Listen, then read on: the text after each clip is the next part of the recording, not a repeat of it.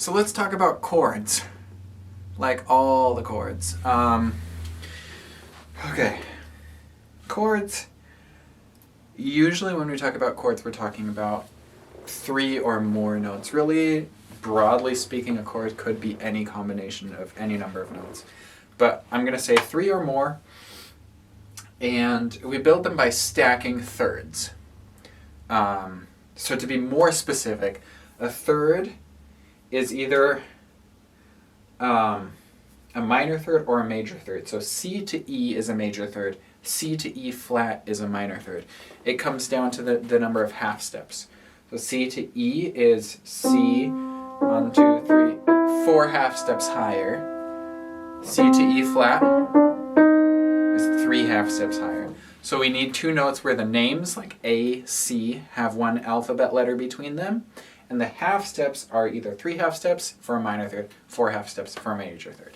Okay, that's our baseline. Cool. So let's start with a C major chord, right? C, then we go up 4 half steps to E, 3 half steps to G. So what we've done is we've stacked a major third and then a minor third on top of each other. It also means that from the bottom note, from the C to the G, is a perfect fifth. It's 7 half steps. That's what we call a major chord.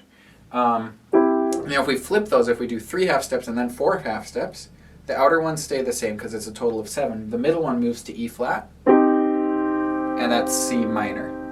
Now I'm not going to go into as much detail as I continue talking about these, but just those 2, major chords and minor chords, you often hear them called happy, sad, sure.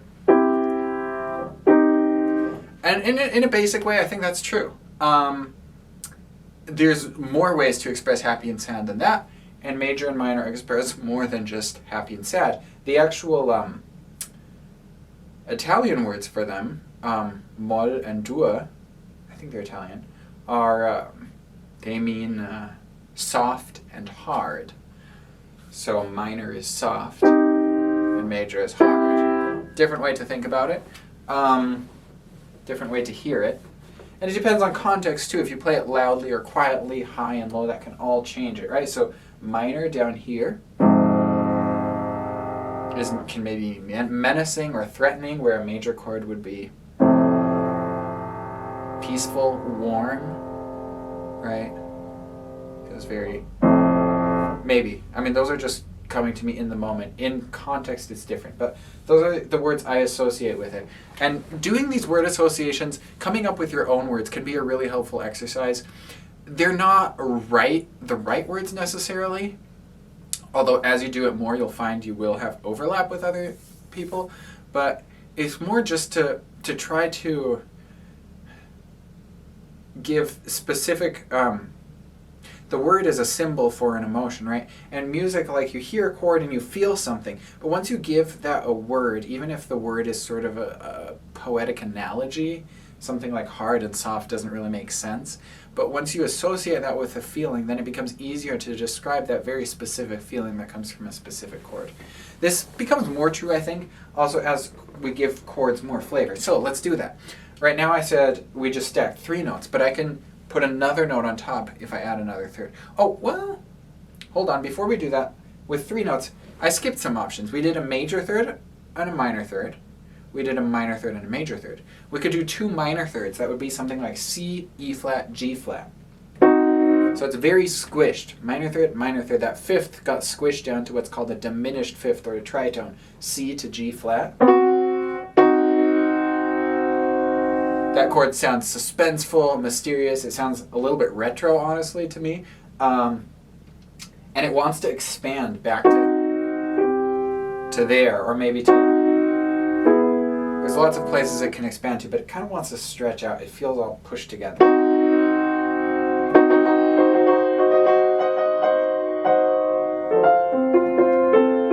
It can go lots of places. Anyway, so that's a diminished chord. The other option is a major third and a major third, which means that that fifth has now been stretched too far. It's called an augmented fifth, C to G sharp.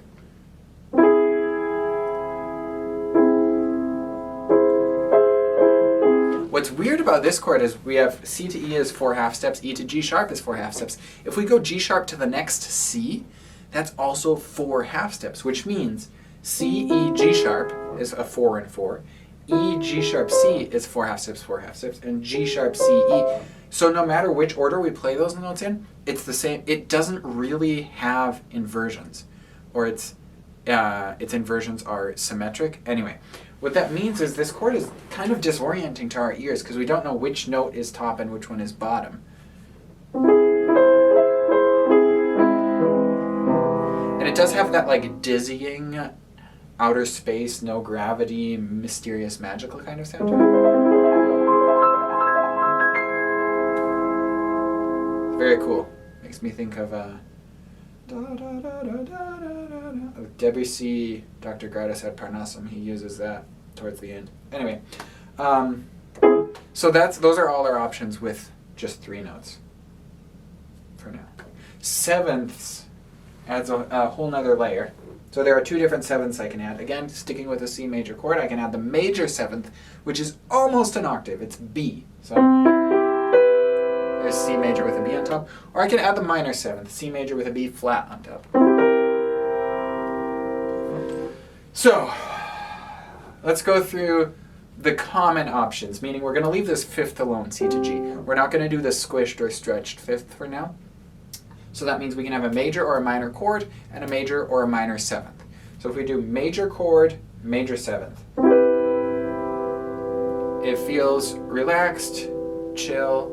It's very like lo-fi to me, like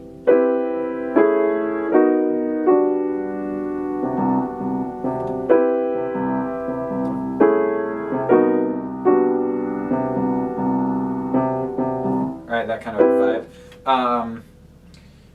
What else is it? Kind of plain vanilla. I think it has like that extra. Like if C major is just sugar, if we add that B to it, we get. It's like we have sugar with a little vanilla. I love thinking of chords as flavors, so deal with it. Now if we add the minor seventh instead, a C chord plus the B flat, we still have that major, but we have the B flat in there. What is that like? I can't describe it as a taste. It's just like the basic ingredient to jazz. So a lot of the coolest jazz chords start out that way and then we stack even more notes on top like this. But just on its own, it's very question marky to me. And that has to do with its history as in a classical context we'd call that a dominant chord. I guess in a jazz context and pop context maybe too, although it's not always used that way. But in a classical context, that chord is answered by a very specific chord. So this goes there. And so I can't not feel that. And the other thing is it's kind of the basic chord. If we're just using that chord and shoving it around, it creates blues.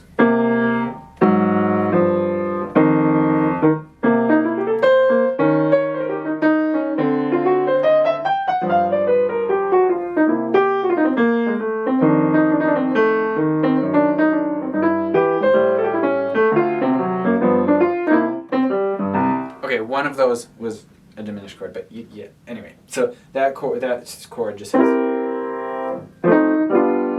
a very blues flavored sound to me. Okay, so we did major, major, major, minor. Then we can do minor, minor, which is a minor chord with a minor seventh on top. It's similar to the major, major because it's like 2 interlocking fifths. So it has that same like very relaxed vibe because it doesn't have any really tense intervals in it. A little bit mellower than the major major is sugar with vanilla, right? The minor minor is it's more of a makes me think more of coffee or something like it doesn't have as much sugar in it.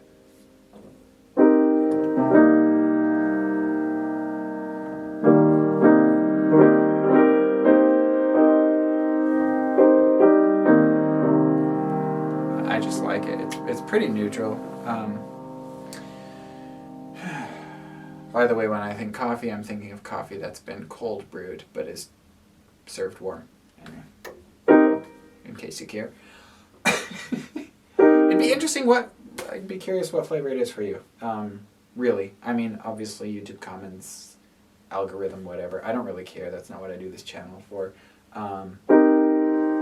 Yeah. So that's minor, minor. And now, minor, major. This one's a little wonky. Again, we get... Anyway, it's kind of like the augmented chord. And that... it's the secret agent chord. I mean...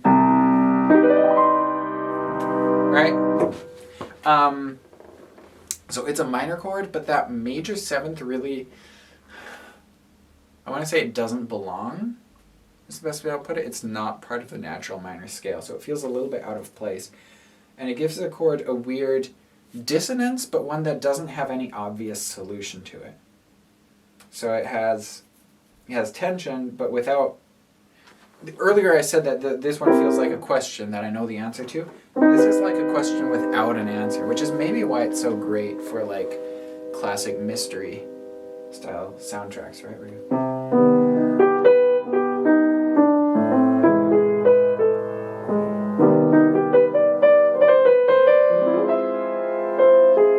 Instantly like film noir kind of vibes.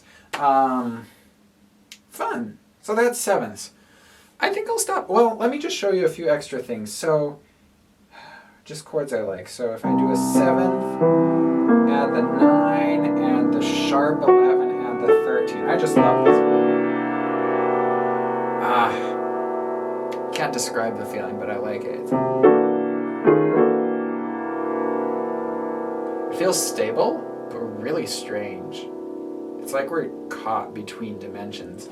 Maybe that's because it's basically a D major chord over a C7 chord. And it just feels stuck in between and not sure where to go from there.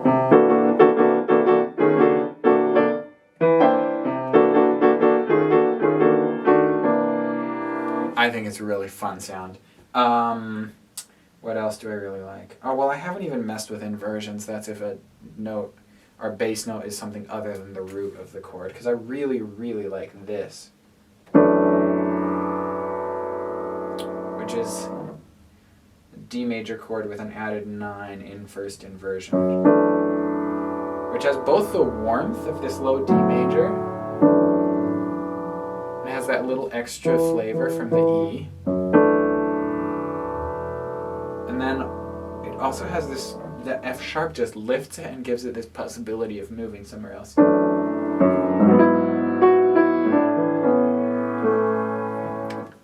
Anyway, that's just scratching the surface. There's so much more to be said, and that's taking chords completely out of context too. But hopefully that was an interesting starting point. If you want to go through again, or you already did this or whatever, like maybe pause at various points when I'm talking about these chords. Try them out yourself. Play with different note combinations. Add a note and see how that changes the flavor of the chord. And try to choose for yourself what words you would use to describe the feeling of those chords.